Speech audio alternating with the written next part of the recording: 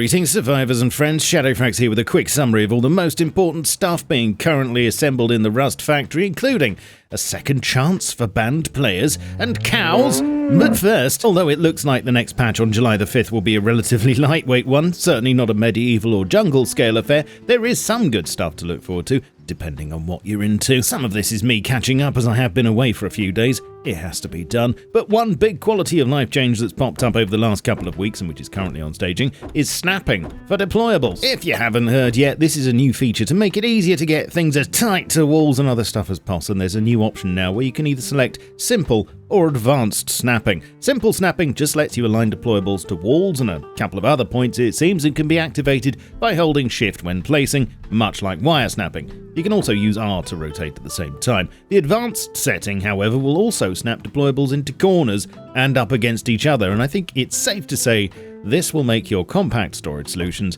an absolute breeze. There are definitely some rough edges, but there's a week to go and everything is subject to change. So I'm sure it'll be very snappy when it arrives. The party system seems to be on staging too now, with an option to invite your friends to your party in the main menu. As you recall, the plan is to allow players to party up and then all join a server at once like a prefabricated Zerg, spawning within 100 meters of each other, but I believe this will only apply to the first time you all join. Also on staging at the moment, Outpost spawning seems to be enabled via a mission at the Outpost from our good old friend CZ721, which will be required to unlock a permanent spawn point there for you. This entails travelling to another safe zone, grabbing documents about how a safe zone works, and then bringing these back so that the scientists can study them to figure out how a safe zone works, which all makes perfect sense, so you shouldn't question it, okay? This will then allow you to respawn here, although the cooldown seems to be about 30 minutes at present, subject to change. Next patch, we'll see a couple of new items. As shown before, there are 2 new Abyss storage barrels being added to the Abyss pack at no extra cost.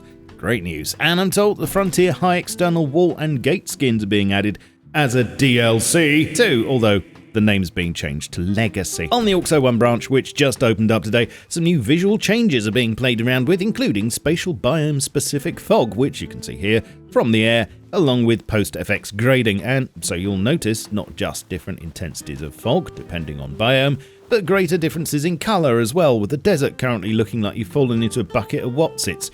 UK joke there, look them up. The volumetric clouds are here in the experimental options as well, but I'm told that currently all this stuff might not actually make it, as it's felt that the visuals need more love. But what do you think?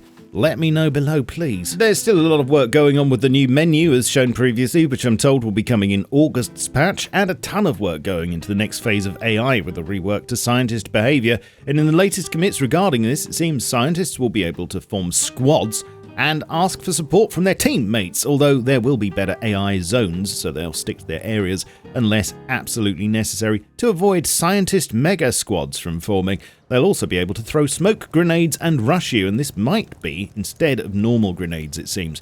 To be confirmed. There are also a number of commits related to optimizing auto turrets and to make it harder to sneak up on them, it appears. In other changes, there's a refresh to hardcore mode going on. Not only will there be a physical compass for that mode, but there are new loot tables for firearms, new timers for spawn points with the convar, and a new player to NPC damage multiplier convar. Further afield, there's a pilot hazmat with M15 pistol skin, which is slated for August's patch, and the new lighting DLC, which will include stuff like chandeliers, fluorescent lights, and spotlights, among a lot of other things, is being pushed out to September. The naval update, which will include floating cities and boat building, is planned for October, and interestingly, the livestock animals branch has started oinking over the horizon at us once more with more commits regarding a cow.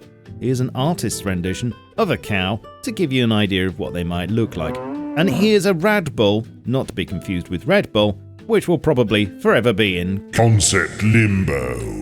Let me know what you think of this one though, please. And lastly, for those of you to whom this may apply, there's a new post from Facepunch regarding second chances for banned players to add some transparency regarding this topic. And in short, this is a sort of olive branch to players who've been naughty more than 8 months ago and may be eligible to escape the naughty step. However, there are plenty of caveats, such as when and how you were banned, and a zero tolerance for repeat offenders.